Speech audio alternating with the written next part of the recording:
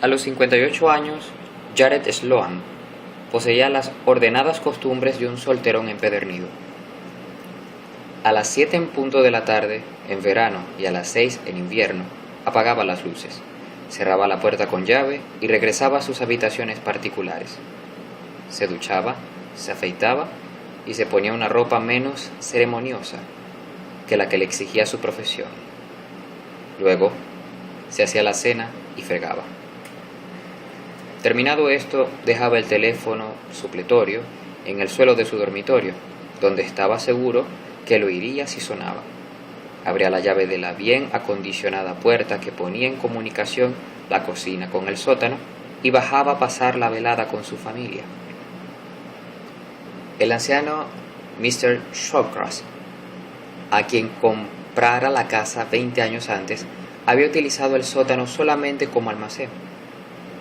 Pero cualquier hombre joven y con recursos propios, durante la época de la Gran Depresión, adquirió la gran cantidad de excelentes conocimientos, y Jared no fue una excepción. Él había cerrado, martillado y pintado, y lo que en cierta época fue un sótano, ahora era un amplio y confortable cuarto de estar, con sus altas ventanas, de reducidas dimensiones, siempre cubiertas con pesados cortinones. No tenía habilidad para hacer instalaciones eléctricas, pero había llevado un tubo desde la cocina hasta el viejo candelabro de gas, que, como la mayoría de los muebles que había vuelto a pintar y a tapizar, procedía de su atiborrado almacén de cosas viejas que patrocinaba en McMinnville. La habitación estaba siempre fría y en invierno tan helada que tenía que permanecer con el abrigo puesto, pero eso era necesario y ya no lo notaba. Allí estaban siempre esperándole, papá, sentado en el amplio y cómodo sillón, leyendo la Gazette de Middleton, mamá, haciendo calcetines de lana con sus agujas, abuela, adormilada, en la poltrona. Se pasaba adormilada todo el tiempo, pues tenía casi 90 años. El hermano Ben y la hermana Emma, jugando al whist, sentados a la mesita en sillas de respaldos rectos, con los naipes apoyados sagazmente contra la blanca camisa de Ben y la blusa estampada de Emma. Gussie, la esposa de Jared, sentada al piano, sus dedos parados sobre las teclas, su cabeza vuelta para sonreírle cuando apareciese, y Luke, su hijito de 10 años, sentado en el suelo, con un navío de juguete medio construido por él. Jared se sentaría en el único sitio vacío, una amplia y cómoda butaca tapizada con tela de felpa de color ciruela, y charlaría con ellos hasta la hora de meterse en la cama. Les contaría todo lo que había hecho arriba durante el día, comentaría las noticias y chismes de la ciudad y de las personas que conocía. Repetiría los cuentos y los chistes, cuidadosamente expurgados, que había oído a los vendedores, expondría sus puntos de vista y sus opiniones sobre cualquier tema que surgiera en su mente. Ellos nunca discutían con él ni le contradecían, tampoco le contestaban nunca. Sus vestidos cambiaban con las estaciones y las modas, pero la escena no se alteraba jamás. Cuando llegaba el momento de irse a la cama, Jared decía: buenas noches a todos, que tengan un buen sueño. Apagaba la luz, subía las escaleras, echaba la llave a la puerta y se iba a la cama. Durante una temporada besaba a su esposa en la frente al despedirse, pero se dio cuenta de que los otros podían estar celosos y ahora no mostraba ninguna predilección. La familia no interpretó siempre sus actuales papeles. En otra época todos ellos tuvieron nombres diferentes, fueron abuela, padre, madre, hermana, hermano, esposa e hijo de otra persona. Ahora lo eran de él. Tuvo que esperar mucho tiempo hasta hacerse con algunos de ellos, por no tener la edad exacta o por no poseer el exacto parecido familiar. Había amado a Gussie tranquila y pacientemente durante muchos años antes de convertirla en esposa. Ella era entonces Mrs. Ralph Steiger, la esposa del dueño del drugstore de Middleton. y nunca adivinó ni sospechó que Jared Sloan estuviese enamorado de ella. Su nombre verdadero era Gussie. Ben, Emma y Luke tenían exactamente los nombres que a él le gustaban. Gussie era la base de la familia. Todos los demás fueron añadidos después, uno a uno. La abuela, aunque parezca raro, era la que llevaba con ellos menos tiempo, poco más de un año. La familia, para estar completa, necesitaba ahora una hija, y Jared ya la había elegido nombre. Se llamaría Marta. Le gustaban los nombres antiguos, pertenecían al pasado, a su solitaria infancia en el orfanato, donde vivió siempre hasta que cumplió los 16 años. Aún recordaba con amargura cómo los otros niños se burlaban de él. Un expósito cuyo nombre se debía al capricho del superintendente, que se lo puso cuando lo encontraron, envuelto en una sábana rota, en la escalera del orfanato. Los otros niños también eran huérfanos, pero sabían quiénes eran. Tenían tías, tíos y primos, que les escribían cartas, venían a verlos y les enviaban regalos por Navidad y por sus cumpleaños, a los que ellos visitaban algunas veces también y que, con frecuencia, les pagaban todo o parte de su mantenimiento. Jared Sloan no tenía a nadie. Esa era la causa de que él necesitase una familia numerosa. Todas las noches, ahora era un hombre con padres, hermanos, esposa e hijo. La abuela fue un caso de suerte. Le había echado el ojo a la anciana Mr. Atkinson y le había conseguido. No había más sitio para otra persona adulta en la familia, pero Marta, cuando la encontrase, podría sentarse en un almohadón en el suelo al lado de su hermano y jugar con una muñeca que él le compraría, o hacer algo exclusivamente doméstico, infantil y femenino. Decidió que sería más pequeña que Luke, es decir, 7 u 8 años, lo suficientemente mayor para poder hablar con su padre y no tan niña que necesitara los cuidados de un bebé. Por las noches, ya en la cama, antes de que pusiera el despertador en hora y dejara la dentadura en el vaso de agua, Jared Sloan recitaba mentalmente una breve oración en acción de gracias por alguien o algo, a veces por sí mismo. Una oración de agradecimiento por la maravillosa e inaudita idea que se le ocurriera hace 10 años, cuando en una noche triste e insomne, se le ocurrió de pronto cómo podría hacer de Gussie su esposa y conservarla con él todo el tiempo que él viviese. Ralph Stigler le había llamado aquella misma tarde. De ahí surgió el atrevido y estremecedor plan, brotado como balas Atenea de la cabeza de Júpiter. Habíase jugado el descubrimiento, la ruina, la cárcel y la desgracia contra la realización de su sueño más querido y más secreto, tener una familia propia. Y había ganado. Después de Gussie, lo demás fue fácil. No podía prever, pero sí elegir. Escogió Middletown por ser una ciudad pequeña, donde no se necesitaba más que un solo hombre de su profesión y podía atender todos los asuntos que se presentaban. Dudó cuando vino aquí por primera vez, cuando salió del colegio, temiendo que no hubiera un modo de vida adecuado para él en el pueblo y en las granjas de los alrededores. Pero era frugal, le gustaba la tranquilidad y odiaba los ruidos y las competencias de las grandes ciudades. Aquí sería él solo desde el primer momento. Cuando se enteró por un anuncio en un periódico de que Mr. Shawcross quería vender su establecimiento y enseres para retirarse, Jared le escribió. Con gran contento, descubrió que los ahorros guardados a fuerzas de duro trabajo en sus años juveniles había sido demasiado joven para ir a la Primera Guerra y demasiado viejo para ir a la Segunda, y que le habían permitido proporcionarle la única profesión que siempre le atrajera. Bastarían para cubrir las modestas demandas de Mr. Shawcross. En una semana, el negocio cambió de manos. Actualmente, y desde hacía mucho tiempo, era un firme puntual de Middletown, y si nunca fue socio del casino ni tuvo amigos íntimos, era muy conocido y respetado, y sobre todo, por encima de toda sospecha. Todo se hacía siempre como deseaban los familiares del difunto.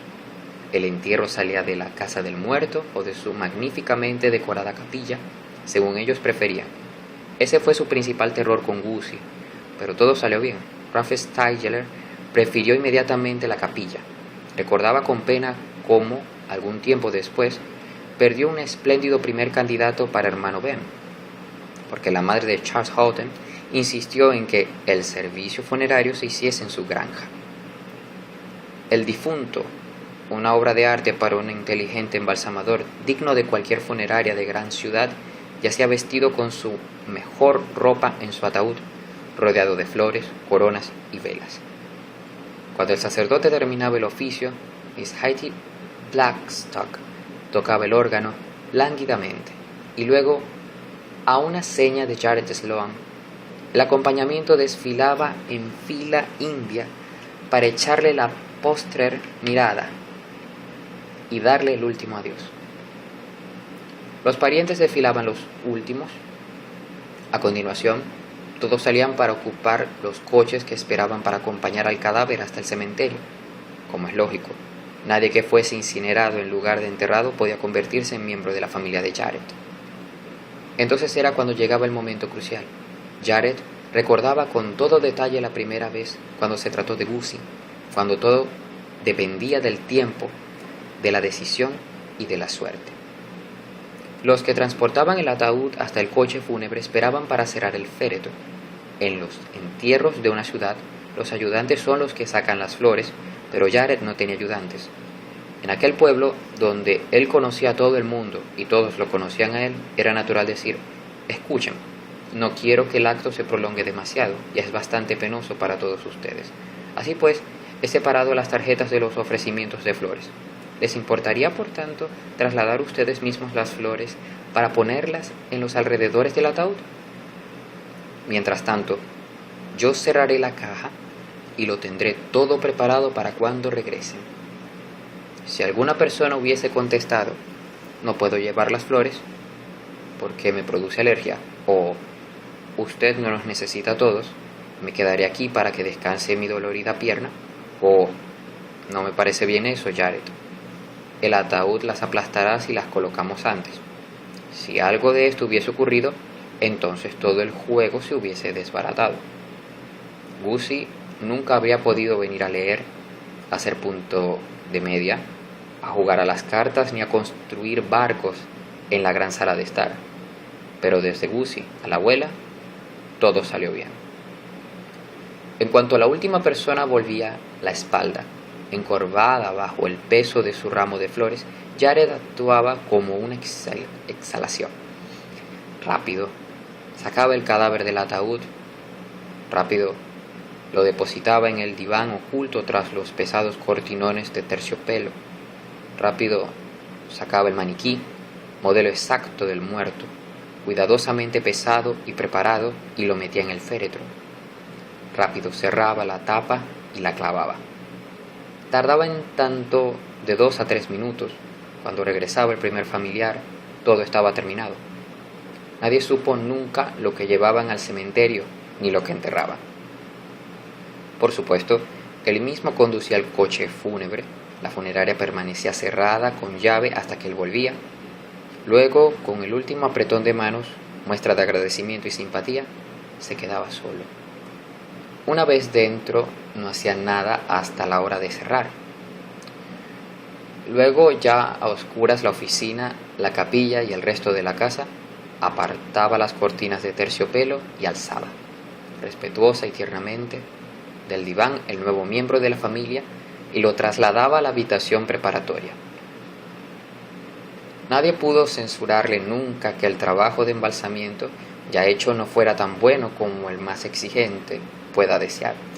Pero ahora venía el último toque, el refinamiento extraordinario de su arte, la conservación especial que él perfeccionaba, el maquillaje que aumentaba el parecido familiar, las ropas nuevas que había comprado en un rápido viaje a McMinnville, las ropas que le quitaba a la primera familia.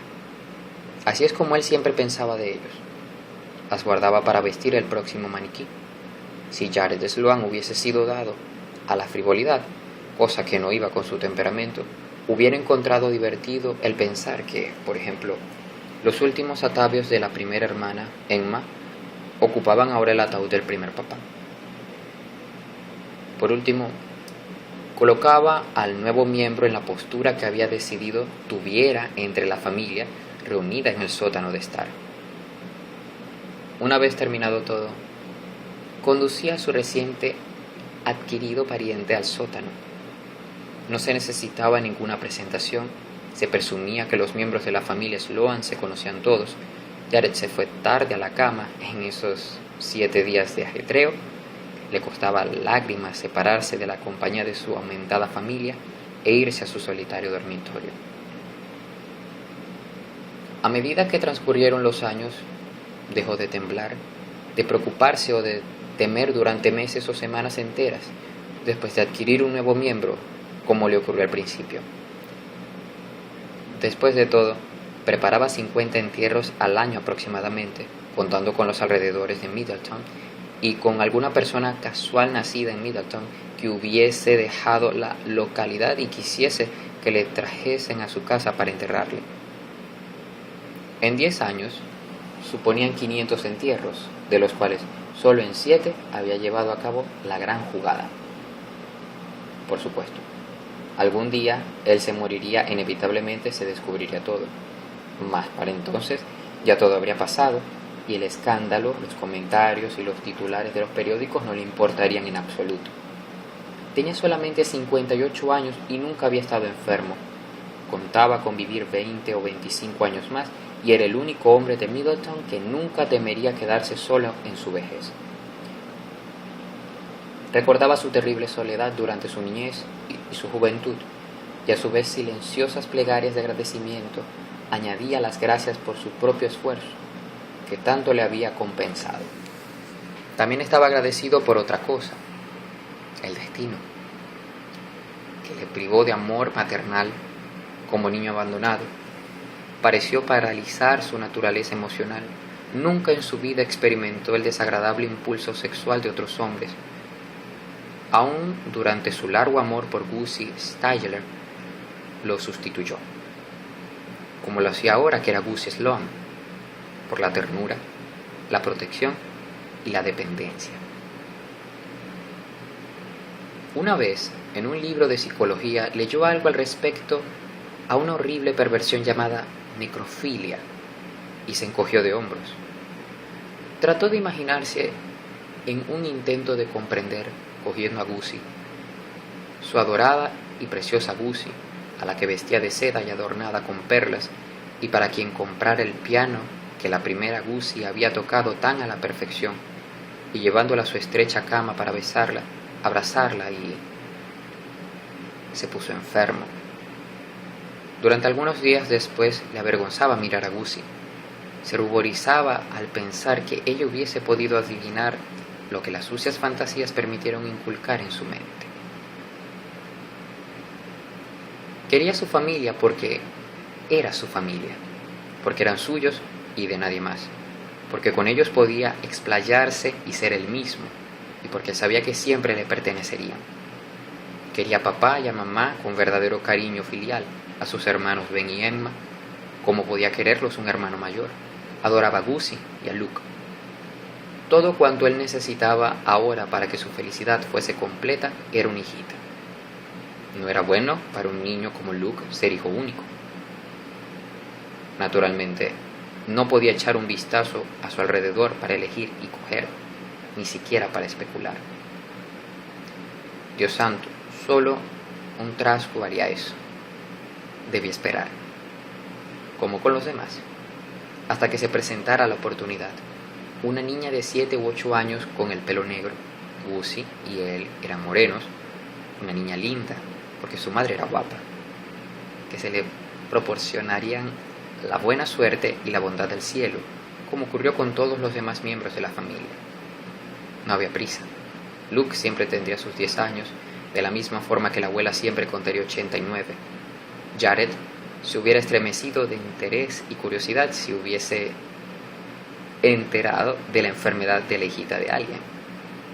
podía esperar, pero su corazón le daba un vuelco siempre que le llamaban de una casa donde había niños, hasta que se enteraba, como siempre, de que era el abuelo, o el tío William, o la anciana Sarah, quienes requerían sus servicios. 2 veces organizó entierros para niñas. La primera fue una niña flaca, fea y rubia. La segunda había muerto en un accidente automovilístico y estaba completamente destrozada. En las primeras horas del día 31 de marzo, unos fuertes aldabonazos dados en su puerta despertaron a Jared Sloan de su profundo sueño. Eso sucedía algunas veces. La gente venía en lugar de telefonear. Como un médico, estaba acostumbrado a los avisos nocturnos y se encogió de hombros mientras se ponía la bata y las zapatillas. Cuando encendió la luz de la puerta de la calle, oyó el ruido de un coche que se alejaba. Cuando abrió la puerta, la calle principal y comercial de Middleton formaba parte de la carretera principal del estado. Estaba oscura y desierta. Entonces sus ojos se fijaron en un pequeño paquete envuelto en una manta que se hallaba a sus pies, en el pórtico. Avanzó y lo recogió. Enseguida supo de qué se trataba. Ya en el interior de su casa lo deshizo y sacó un pequeño cadáver. Aún con la cabeza colgando del cuello roto, la reconoció inmediatamente. Los periódicos habían publicado numerosas fotografías. Era la hija de Manning. Manning había desobedecido las órdenes dadas y avisado a la policía, y los secuestradores se habían vengado brutalmente. Nunca pudo imaginarse Jared Sloan los motivos que tuvieron los secuestradores para depositar su víctima en los peldaños de la escalera de la casa de un enterrador del condado, a 400 kilómetros de la ciudad donde vivía la hija del millonario, ciudad perteneciente a otro estado. Probablemente, habiendo escapado con el importe del rescate, se les ocurriría aquello al ver la muestra de la funeraria cuando pasaban por Middleton, y como prueba de humor macabro le habían regalado el cadáver. A pesar de lo que le fastidiaba la idea de ser blanco de la curiosidad pública y de que los hombres del FBI, los policías y los periodistas invadieran su vida privada, Jared sabía cuál era su obligación: telefonearía inmediatamente a la oficina del sheriff de McMinnville. Entonces miró el envoltorio y su contenido. Diana Manning tenía 9 años, pero era pequeña para esa edad. Había sido una niña muy bonita y delicadamente cuidada. Sus cabellos eran largos, suaves y morenos. Los ojos sin vida que le miraban eran de color castaño. Permaneció inmóvil mucho tiempo, meditando. Luego, tranquilamente, alzó a Diana y la trasladó a la cámara preparatoria. Antes de volverse a la cama, cogió toda la ropa de la niña y la manta vieja en que vino envuelta y los llevó al incinerador, situado en un patio trasero cerca del garaje. No debía levantar sospechas encendiendo fuego a las 3 de la madrugada, por tanto, quemó aquellos restos en varios días. A la noche siguiente, por primera vez desde la llegada de la abuela, Jared bajó al sótano el tiempo indispensable para comunicar a su familia la buena nueva. Estaba nervioso. Ante todo, se lo dijo a Gussie al oído. Al fin y al cabo, Marta sería su hija. Estuvo trabajando hasta muy tarde. Luego sacó a Marta de su escondite. No había ningún sepelio pendiente para el resto de la semana, ni en la capilla ardiente había ningún cadáver que viniesen a visitar sus parientes y amigos. Podía dejar un aviso en la puerta al mediodía y marchar a McMinnville a comprar un equipo y una muñeca para su hijita. Siempre hacía las compras para su familia en McMinnville, porque la ciudad era lo bastante grande para que no le conociera. Ni los periódicos ni la radio dieron noticia alguna sobre el caso Manning. Tal vez el padre, infeliz loco, estaba aún soñando con que le devolvieran a su hijita tras haber pagado el rescate. El secreto y el silencio que le habían exigido los otorgó demasiado tarde.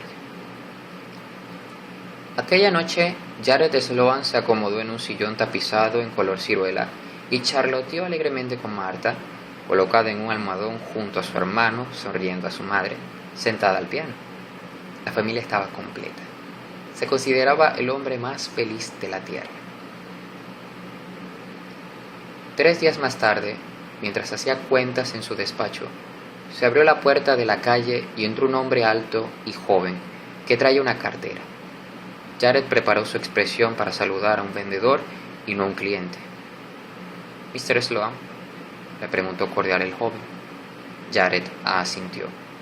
«¿Puede usted atenderme unos momentos?». «No hay nada que haga falta por ahora, gracias». «¿Que le haga falta?». «Oh, no», respondió sonriéndose. «No soy un vendedor». Abrió la cartera y enseñó una placa y una tarjeta. «Investigador». Su nombre era Ennis. Jared dio un bote en su sillón, apretando los brazos para ocultar el repentino temblor de sus manos. Ennis se sentó frente a él sin esperar que le invitara. «Se trata del cadáver de la hija de Manning», dijo tranquilo. Jared había conseguido dominarse ya. Miró a Ennis con el ceño fruncido. «La hija de Manning. ¿A qué secuestraron? ¿La han encontrado?».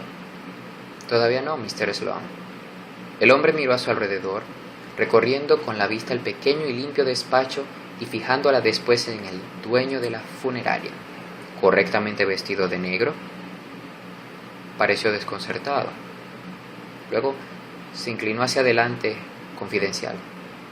«Tal vez hay algún error», dijo. «Aún no se ha hecho público, pero hemos detenido un hombre altamente sospechoso. Bueno, espero que le metan en cintura. Todo aquel que rapta a un niño y le asesina merece que le ahorque». «¿Dijo usted que le asesina?». «Usted habló del cadáver de la hija de Manning». «Efectivamente. Bien, seré claro con usted, Mr. Sloan. Ese hombre hace ya 2 días que está en nuestro poder y ha empezado a hablar. En realidad, para serle franco, tenemos una confesión completa. Y nos dijo que el 30 de marzo pasó por Middletown con el cadáver en su coche y que lo dejó en el pórtico de la funeraria que se halla en la carretera principal. Nos dijo también que en la muestra se leía el nombre de Sloan». «Nadie dejó en el pórtico de mi casa nada la noche del 30 de marzo», dijo Sloan con firmeza. Y era verdad. Eran las 3:15 de la mañana del 31 de marzo. «Escuche, Mr. Sloan, por favor. Comprenda que no le acusamos a usted de nada. Naturalmente, ocultar un cadáver es un delito castigado por la ley, pero no pretendemos ser severos. Me doy perfecta cuenta del choque que eso sería para usted y que usted habrá necesitado tiempo para pensar en lo que tenía que hacer. Después de todo, no es agradable que hagan la publicidad de uno por un motivo como el que nos ocupa, sobre todo cuando uno no ha cometido un delito. Puedo darle mi palabra de honor. Si usted consiente en que nos llevemos el cadáver tranquilamente, no haremos público en dónde lo encontramos. Si usted hubiese venido aquel mismo día, se lo habría dado», pensó Jared. Entonces tuvo la visión de Marta, que llevaba su vestido color de rosa, su pelo negro sujeto con un gran lazo rosa, jugando con su muñeca y sonriendo a su madre. Negó firmemente con la cabeza. «Ese hombre le ha mentido a usted», dijo. «Debió de ver la muestra de mi funeraria al pasar por aquí y le envió a usted tras de una pista falsa. Hace 20 años que ejerzo mi profesión en Middletown y todo el mundo me conoce. ¿Cree usted que sería verosímil que yo ayudase a un secuestrador ocultando una prueba en contra suya? Además», tuvo en la punta de la lengua añadir que ya tenía una hijita suya, pero se contuvo a tiempo.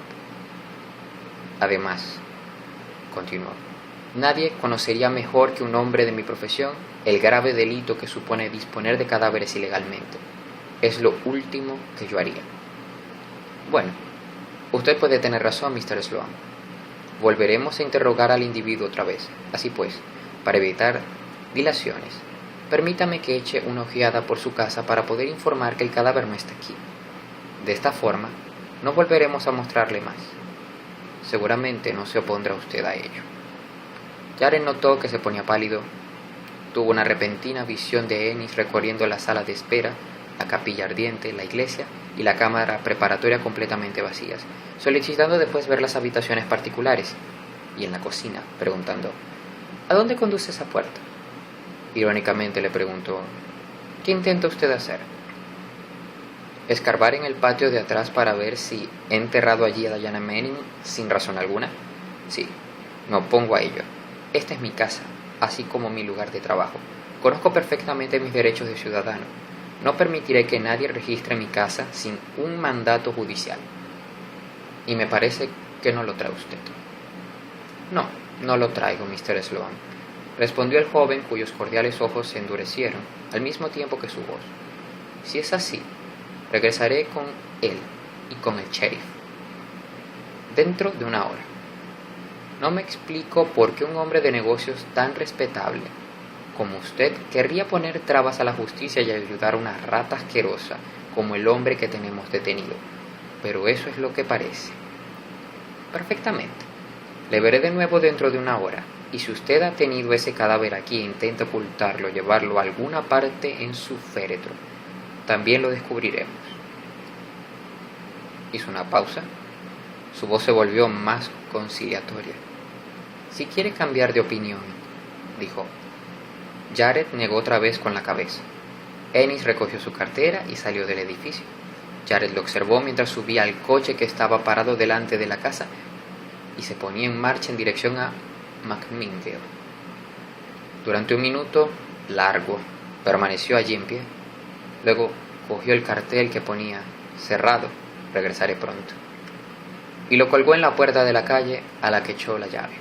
Se dirigió a la cocina, abrió la puerta que conducía al cuarto de estar, y en esta ocasión quitó la llave de la cerradura y la cerró por dentro. Entonces lentamente bajó la escalera para reunirse con su familia. Llegó hasta el final del cuarto y descorrió las cortinas de las dos ventanas. Era la primera vez que se descorrían desde que la habitación fue preparada para recibir a Gussie. Era un riesgo, aunque pequeño, pero había que correrlo durante breves instantes. A la blanca luz del día había algo frío y desamparado en la extravagante escena. Papá estaba leyendo el periódico, mamá haciendo punto de media, Ben y Emma jugando a las cartas, Luke trabajando en su nuevo modelo de barco y Gussie sentada al piano como siempre. Sin embargo, parecían un poco blanquecinos, más muñecos que seres vivos. Hasta la querida Gussie con su nuevo vestido azul. Solamente Marta, la recién llegada, aparecía tan lozana y brillante como todos lo habían sido a la cálida luz de gas en sus noches felices. Suspiró hondo, alcanzó el candelero y abrió las espitas. Luego se sentó en su sillón. Los quería tanto, eran suyos, le pertenecía como él les pertenecía. Un huérfano y expósito, pero tenía familia, y no estuvo solo durante toda su vida. Un hombre que no era como los otros hombres, pero había amado a una mujer, y durante 10 años ella había sido su querida y adorada esposa.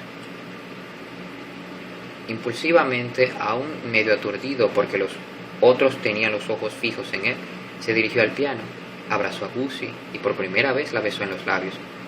Su boca estaba fría y seca, pero él nunca había besado unos labios ardorosos y húmedos. Luego volvió a sentarse en su sillón. Tras un rato empezó a leer a gas.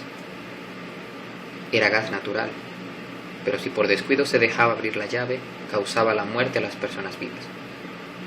Cuando empezó a notar que las olas de aturdimiento flotaban sobre él, comprendió que la habitación estaba llena de gas. No debía esperar hasta que estuviera completamente atontado. Metió la mano en el bolsillo de la chaqueta, sacó una cerilla y la encendió restregándola en la suela de su zapato.